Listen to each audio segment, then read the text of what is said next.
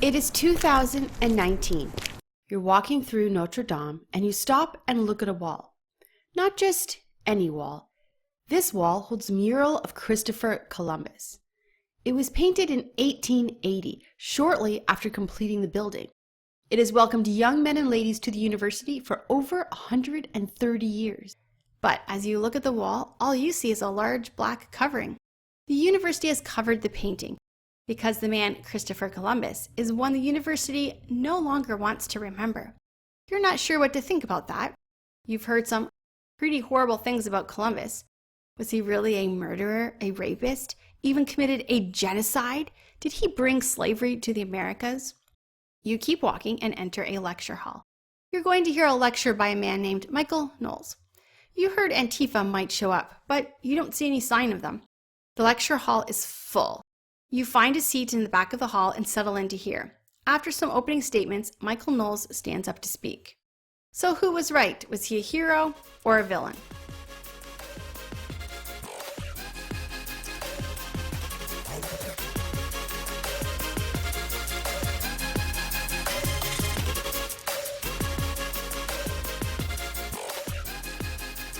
Today we're looking at Christopher Columbus, and like our intro story said, we're in a time period where Columbus is definitely being canceled.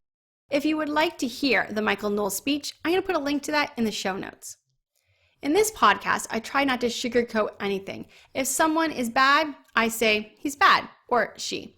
The church has definitely done some pretty bad stuff and also has been blamed for things it didn't do. When we look at the figure like Columbus, I have a little tip.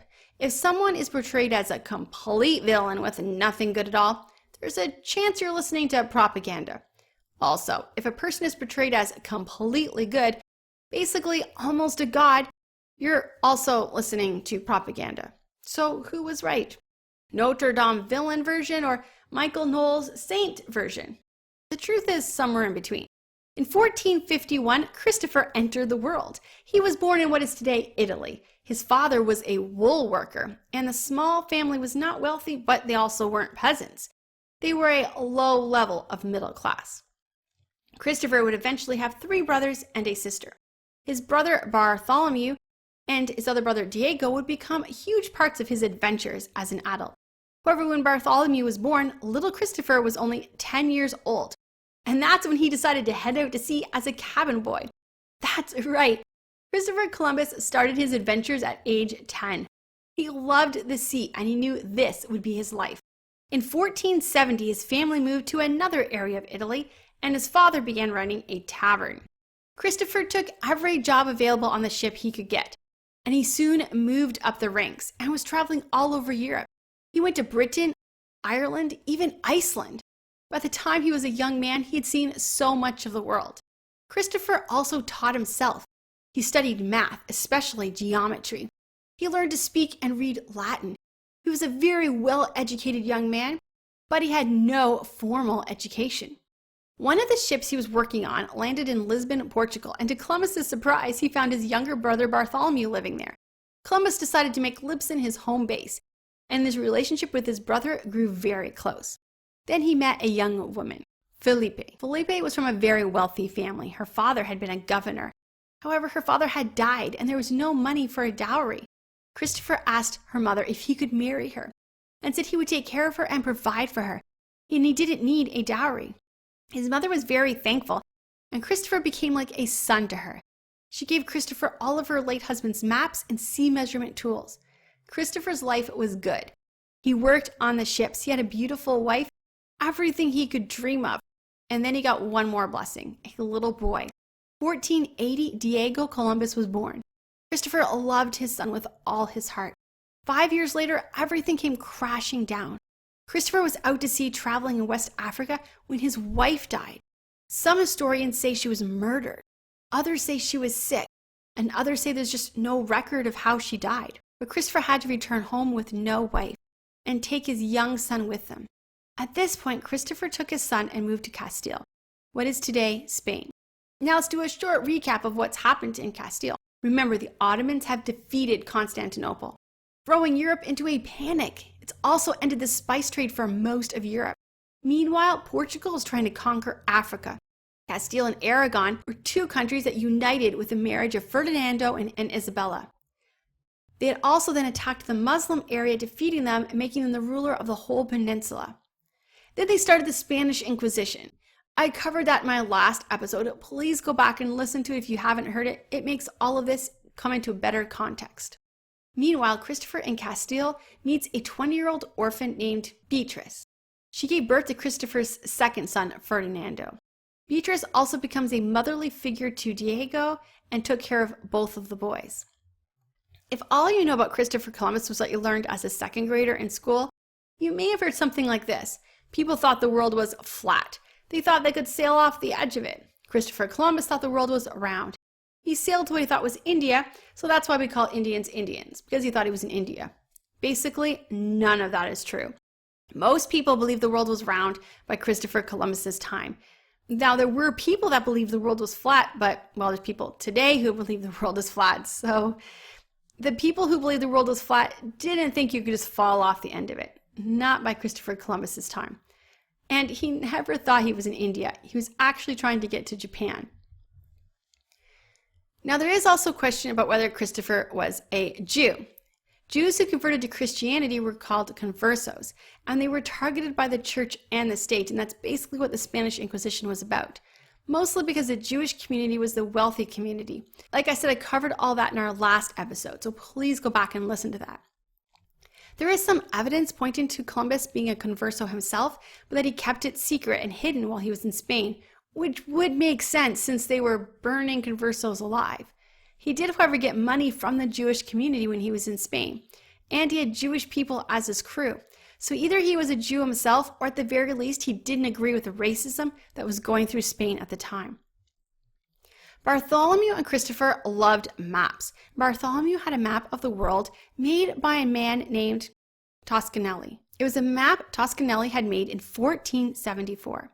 The map portrayed the world as much smaller than it is, and it didn't have the land masses that we know today as North America, Central America, South America, the Caribbean islands, and it had Asia as a giant landmass, much, much larger than reality.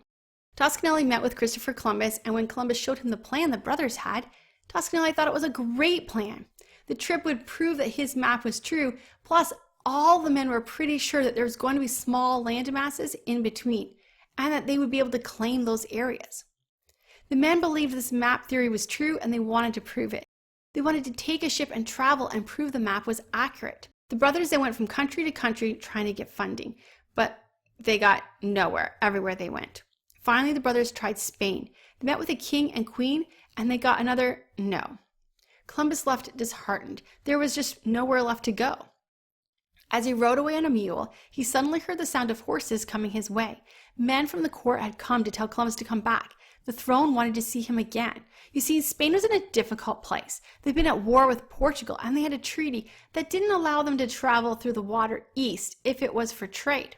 If Columbus could find a way to get to China or Japan going west, that would solve that problem. Here's the deal. Everyone knew there's going to be small pieces of land between Spain and Japan, and they wanted Columbus to claim any of that land for Spain. If Spain had land they controlled close to Japan, they could dominate the trade industry. Spain ends up kicking out all the Jews from Spain August 3rd, 1492, and that same day, Christopher Columbus set out, leaving behind his two sons, his brothers, everything he owned, and venturing into the unknown. Almost right away, he's hit with his first problem. A rudder breaks, probably a sabotage. Once that was fixed, he's back on track. By September 9th, you can see no land at all. Every direction the sailors looked was water. They were in the middle of the unknown. They were also sailing. We had to remember that. They were under the control of the wind. And to travel west, they would have to use something called the trade winds. These were winds most sailors didn't use or understand how to use. Christopher Columbus did have some tools of navigation. However, at this point, they didn't know the difference between true north or magnetic north. Not to mention, no one had proved the map they had, and not all the land was mapped out.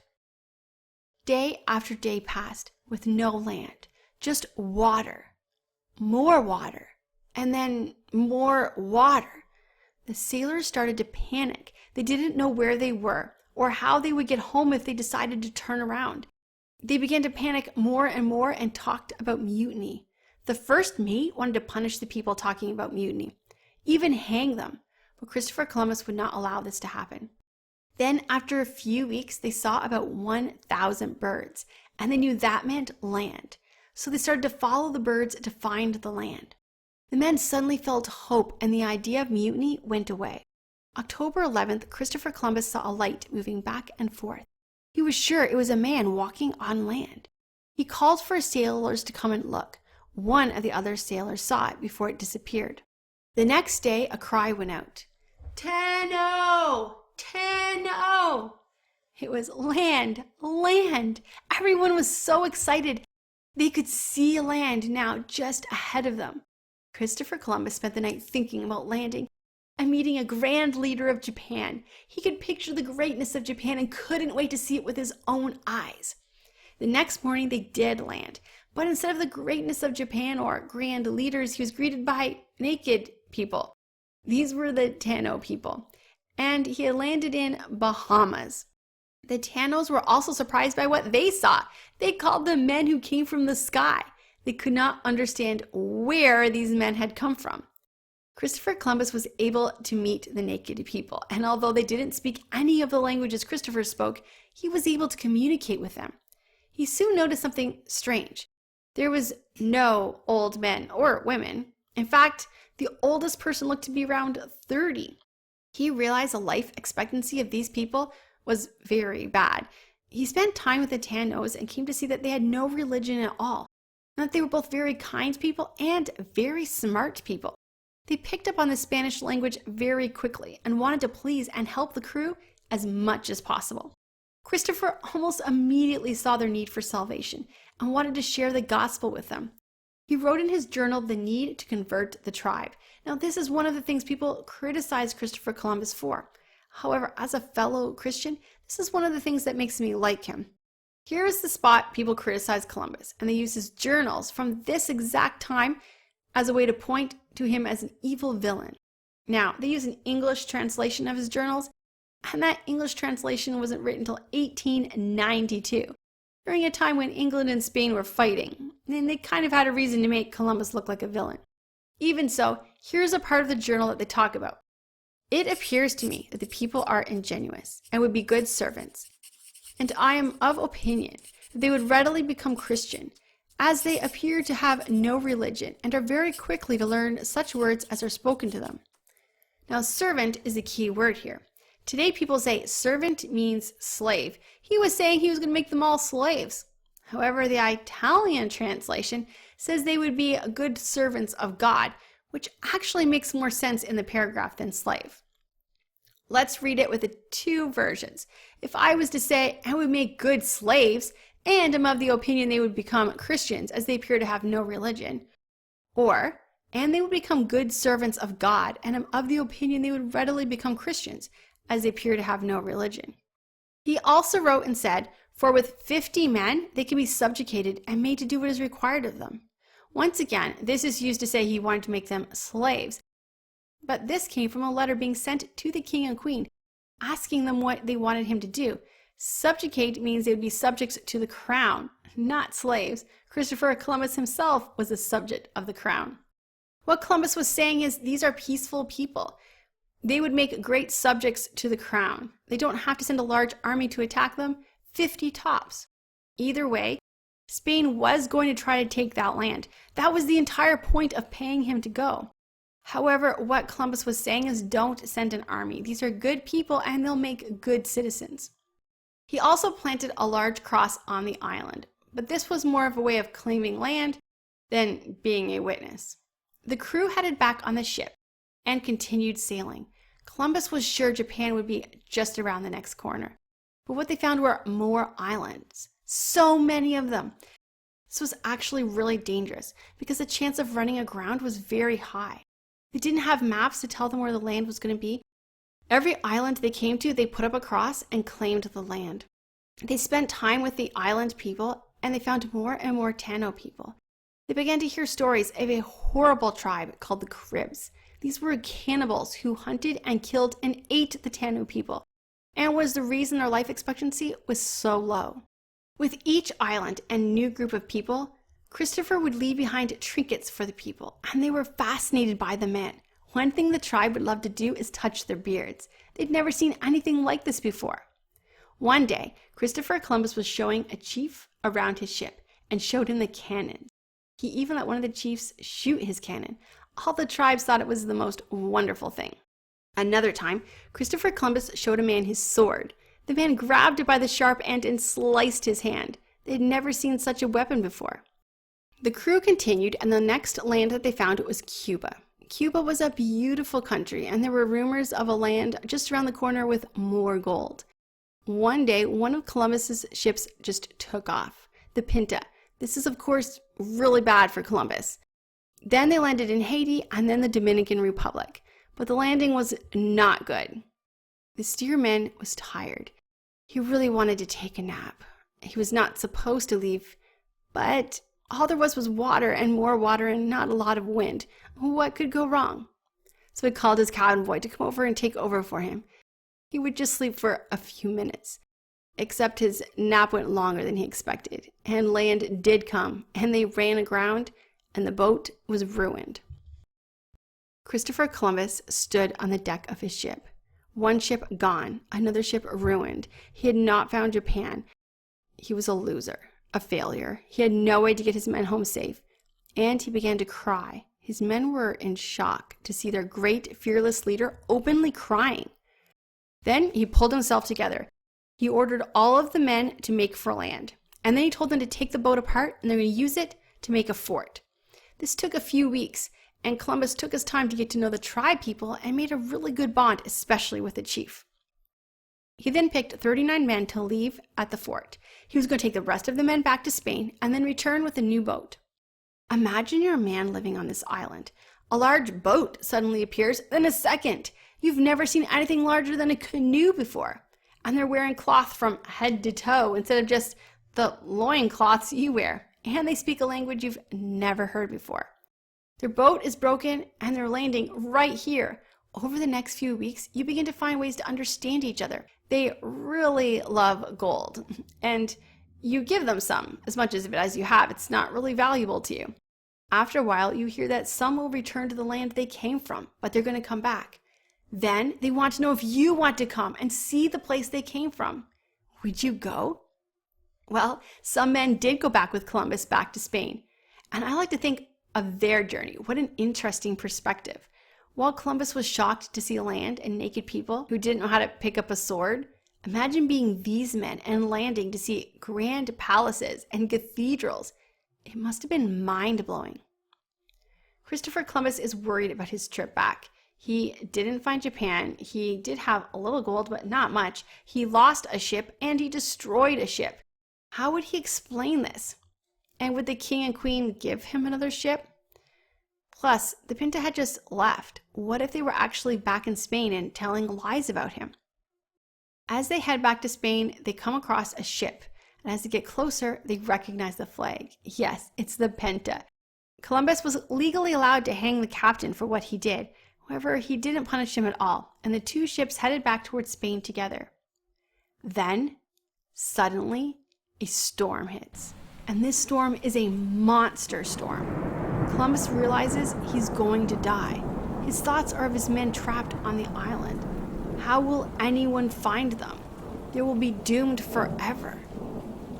He writes a description of where they are, where the men are, and all the land he's found and claimed for Spain.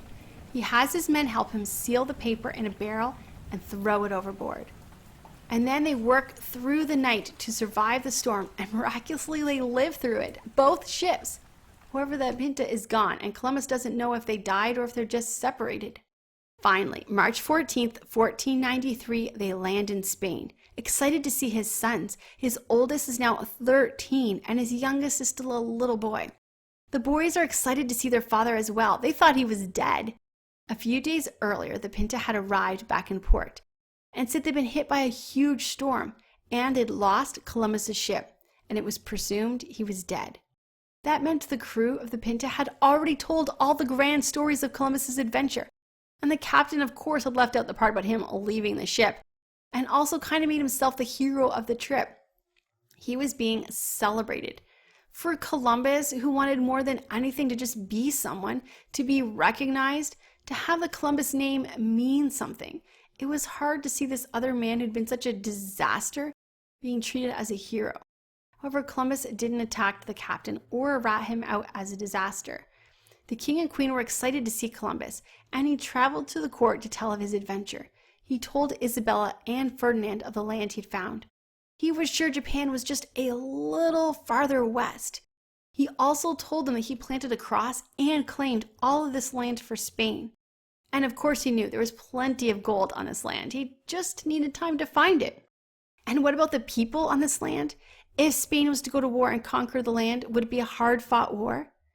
Columbus told of the two tribes. The Cribs were a terrible tribe. They ate people and they terrorized the other tribes.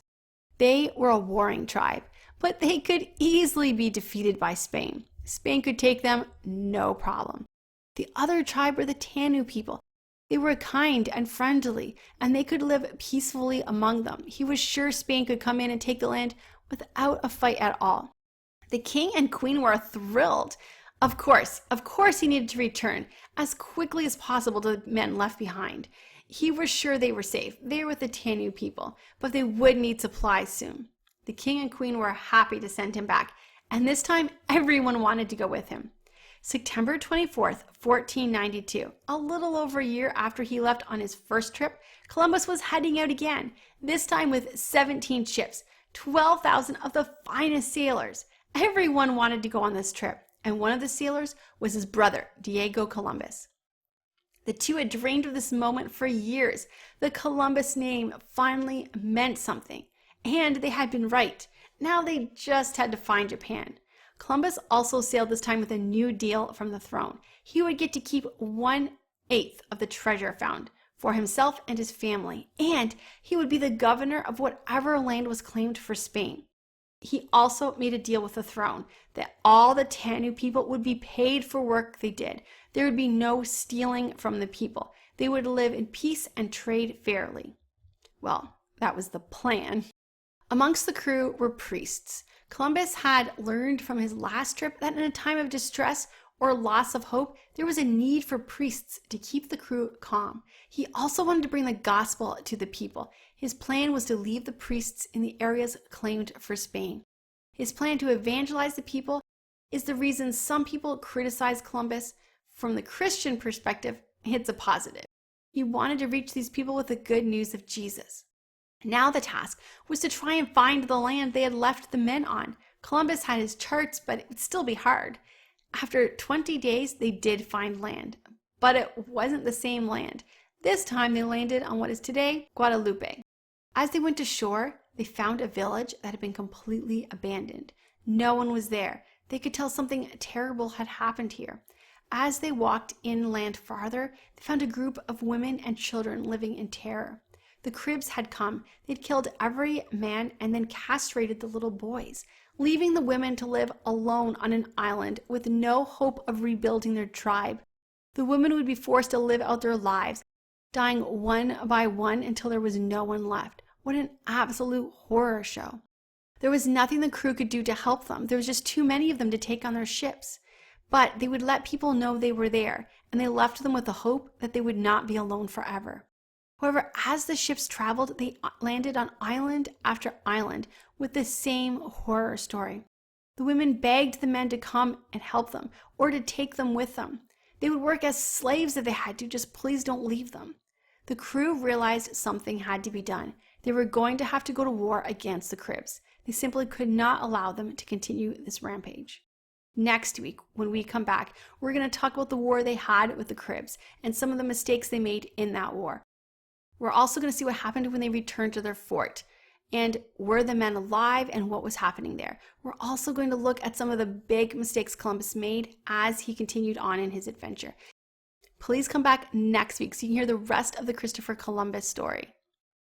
If you like this podcast, please subscribe and leave a review. This helps others find the show. Also, share with a friend who might be interested. For more blogs and other podcasts and videos, go to lauraleesiemens.com. I'll see you next week as we continue on with our adventure of Christopher Columbus.